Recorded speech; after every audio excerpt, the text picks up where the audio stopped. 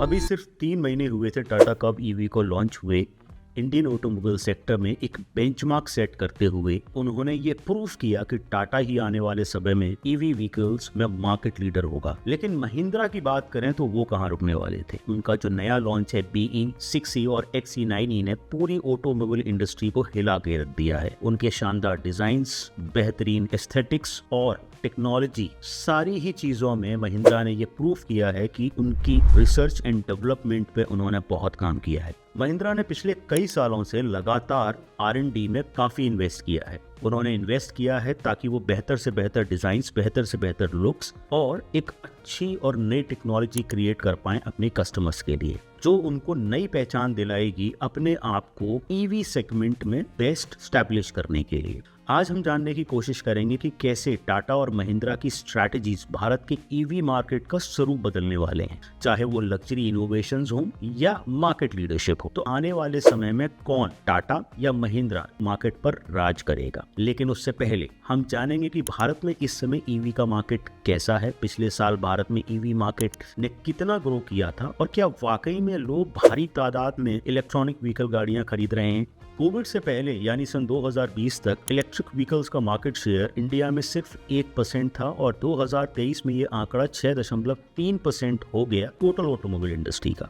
आसान भाषा में अगर समझें तो अगर आपको 2019 में सड़क पर 100 गाड़ियां दिखती थी, उसमें से सिर्फ एक गाड़ी ईवी की थी, और 2023 में अगर आपको 100 गाड़ियां सड़क पर दिख रही हैं तो उसमें से 6 या 7 गाड़ियां इलेक्ट्रॉनिक व्हीकल हैं।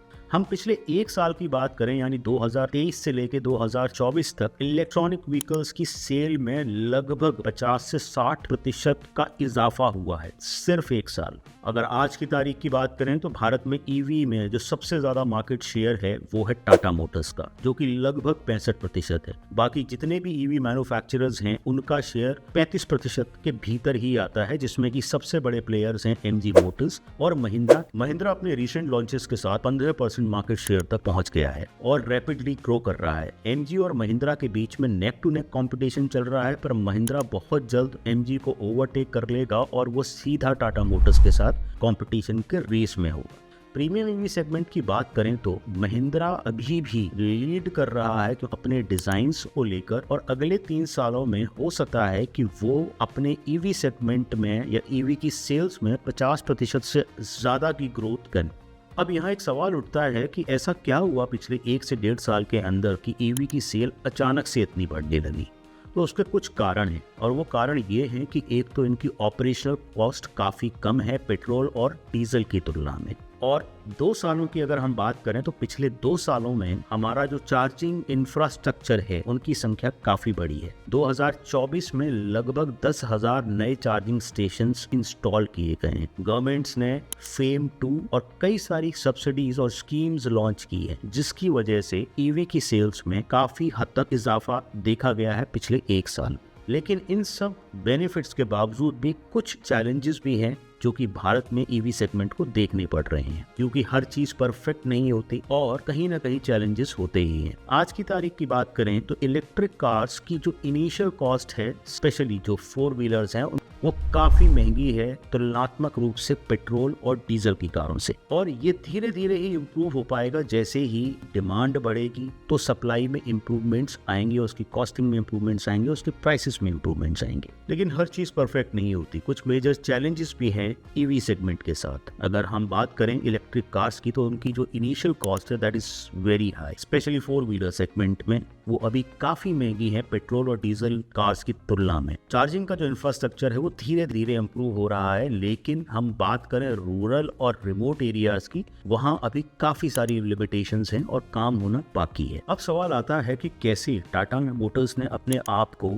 मार्केट लीडर बनाया ईवी की सेगमेंट में। तो थोड़ा सा जानने की कोशिश करते हैं कि वो कौन सी स्ट्रैटेजीज थी जिसके चलते हुए टाटा ने एक अफोर्डेबल कार भारत को दे पाए। कार्स जैसे कि नेक्सॉन, टिगोर, कर्व, ये सारी कार्स वो हैं जो कि 20 लाख के अंदर में आती हैं और जो अट्रैक्ट करती हैं मिडिल क्लास बायर्स को। अगर हम टाटा मोटर की बात करें तो उनका एक एडवांटेज है कि जहां टेक्नोलॉजी की बात आती है तो उनका जो AI बेस्ड टेक है और जो उनकी इंजीनियरिंग है लग्जरी की, वो JLR डिजाइन करता है, जगुआर लैंड रोवर। दूसरी तरफ अगर हम महिंद्रा की बात करें तो महिंद्रा का फोकस है ऐसे ईवीज लाने का जो कि दिखने में प्रीमियम हो या यूज करने में प्रीमियम हो और उनका प्राइस पॉइंट 20 लाख से नीचे हो। एग्जाम्पल के तौर पर अगर आप देखेंगे BE60 का प्राइस 20 लाख से कम रखा गया है।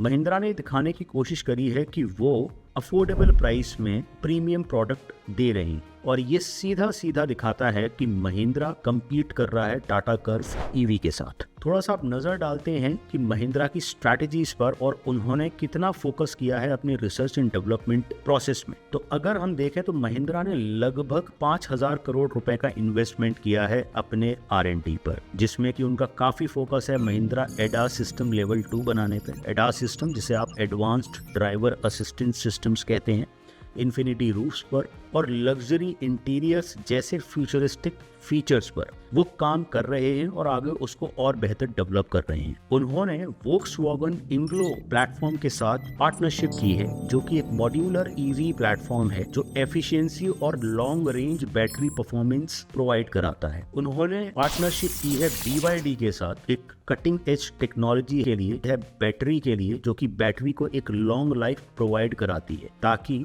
आप कम से कम चार्ज में ज्यादा से ज्यादा दूरी तय कर सकें। तो महिंद्रा का ये टारगेट है कि प्रीमियम सेगमेंट में उन्होंने BE60 और XUV9e को 18 से 25 लाख के बीच में रेंज में रखा है, जिससे कि वो ज्यादा से ज्यादा कस्टमर बेस क्रिएट कर सके। अब देखा जाए तो महिंद्रा और टाटा दोनों ही एक दूसरे के कंपटीशन में हैं, लेकिन दोनों के ही पास अपनी अपनी स्ट्रेंथ हैं और अपने अपने चैलेंजेस हैं। अगर हम बात करें तो आज की तारीख में टाटा के सामने सबसे बड़ा चैलेंज है कि अफोर्डेबल प्राइस में अपने कंज्यूमर को ज्यादा से ज्यादा लग्जरी देना और अपनी सेल्स को इम्प्रूव करना। और वहीं महिंद्रा के सामने एक बड़ा चैलेंज है क्योंकि उनकी प्राइसिंग थोड़ा सा टाटा मोटर्स से ज्यादा है, तो सारे लग्जरी फीचर्स के साथ एक बड़ी प्राइसिंग के साथ मास ऑडियंस को अपील करना अपनी गाड़ियों के लिए, ये चैलेंजेस महिंद्रा के सामने रहेंगे। लेकिन हम अगर एक अपॉर्चुनिटी के तौर से देखें तो दोनों के लिए बहुत सारी अपॉर्चुनिटीज हैं क्योंकि इंडियन गवर्नमेंट ईवी को बहुत सपोर्ट कर रही है और कई सारे बेनिफिट्स प्रोवाइड करा रही है ईवी मैन्युफैक्चरर्स को भी और बायर्स को।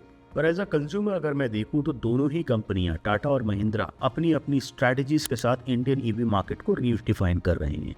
टाटा का फोकस है अफोर्डेबिलिटी पर और इकोसिस्टम इंटीग्रेशन पर, जहां पर टाटा पावर और टाटा केमिकल्स उनकी ग्रोथ को सपोर्ट कर रही है। महिंद्रा मार्केट को डिसरप्ट कर रहा है अपनी प्रीमियम ईवीज के साथ और वो मदद ले रहा है वोक्सवैगन और BYD जैसे ग्लोबल पार्टनर्स का, ताकि वो अपनी टेक्नोलॉजी को और अपने डिजाइन्स को और अपने प्रोडक्ट को और बेहतर बना सकें। जैसे मारुति सुजुकी ने इंडियन ऑटोमोबाइल मार्केट को डोमिनेट किया था, वैसे ही टाटा ईवी सेक्टर को आगे आने वाले समय में डोमिनेट करेंगे। आप देख सकते हैं कि जैसे ही महिंद्रा ने BE60 और XUV9e का लॉन्च किया है, टाटा और महिंद्रा दोनों में ही कंपटीशन बढ़ता जा रहा है। अब अगर हम एज अ कंज्यूमर बात करें तो टाटा हो या महिंद्रा, आपके लिए कौन सा बेटर है, कौन आपको बेहतर गाड़ियां प्रोवाइड करा सकता है, कौन आपको बेहतर टेक्नोलॉजी दे रहा है, किसकी गाड़ियों के फीचर आपको ज्यादा बेहतर लग रहे हैं, आप नीचे कमेंट सेक्शन में जरूर बता सकते हैं। और अगर आपको ये वीडियो पसंद आई हो तो आप इसे लाइक करें, शेयर करें और चैनल को सब्सक्राइब करें ताकि हम आपके लिए ऐसे ही और इन डेप्थ एनालिसिस लेकर आए। मिलते हैं अगले वीडियो में।